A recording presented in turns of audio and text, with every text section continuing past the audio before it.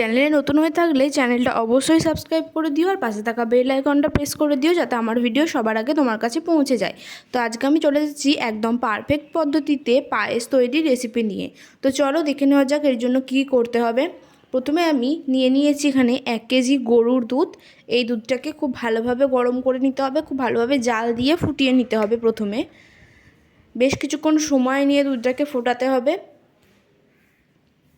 আর এদিকে আমি নিয়েছি 50 গ্রাম মতো গোবিন্দভোগ চাল। তোমরা যে কোনো চালের করতে পারো, তবে গোবিন্দভোগ চালের পায়েস করলে খুব সুন্দর খেতে হয়। সেটা চালটাকে খুব ভালোভাবে ধুয়ে তার থেকে পুরো জলটা আমি ঝরিয়ে নিয়েছি।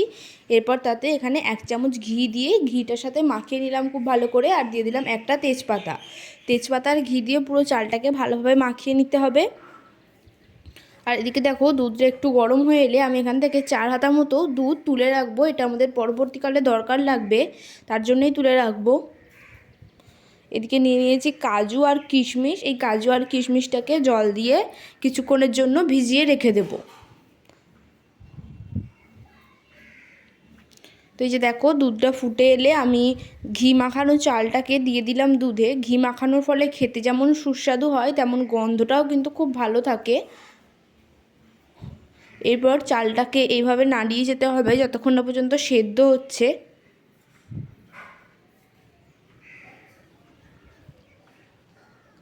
আর এদিকে যে আমি দুধটা তুলে রেখে দিয়েছিলাম 4 হাতা মতো, সেখানে আমি দিয়ে দেব 4 চামচ মতো আমল দুধ বা মিল্ক পাউডার। এই আমল দুধ বা মিল্ক পাউডার দেওয়ার ফলে পায়েসের ঘনত্বটা কিন্তু খুব সুন্দর আসে। এবার খুব ভালোভাবে আমল দুধটা বা মিল্ক পাউডারটা দিয়ে আমি মাখিয়ে নিচ্ছি, একদম মিশিয়ে নেব। আর এদিকে দেখো দুধটা অনেকটা কমে গেছে আর চালটাও প্রায় হয়ে এসেছে।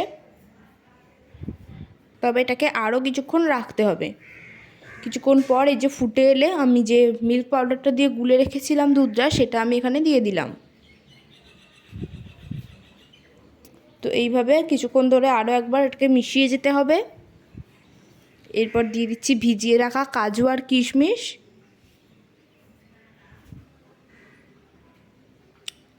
এই পায়েসটাকে এইভাবে বারবার নাড়িয়ে যেতে হবে।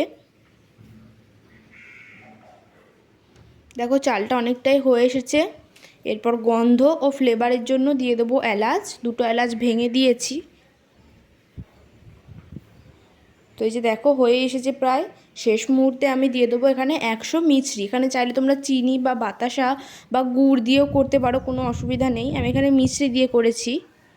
তো মিছরিটা গলা পর্যন্ত একটু অপেক্ষা করতে হবে। মিছরিটা গলে এলেই তৈরি হয়ে যাবে একদম পারফেক্ট পদ্ধতিতে পায়েস। এইভাবে বাড়িতে একবার অবশ্যই করে দেখো, আশা করছি ভালো লাগবে। ভিডিওটা ভালো লাগলে একটা লাইক করে দিও।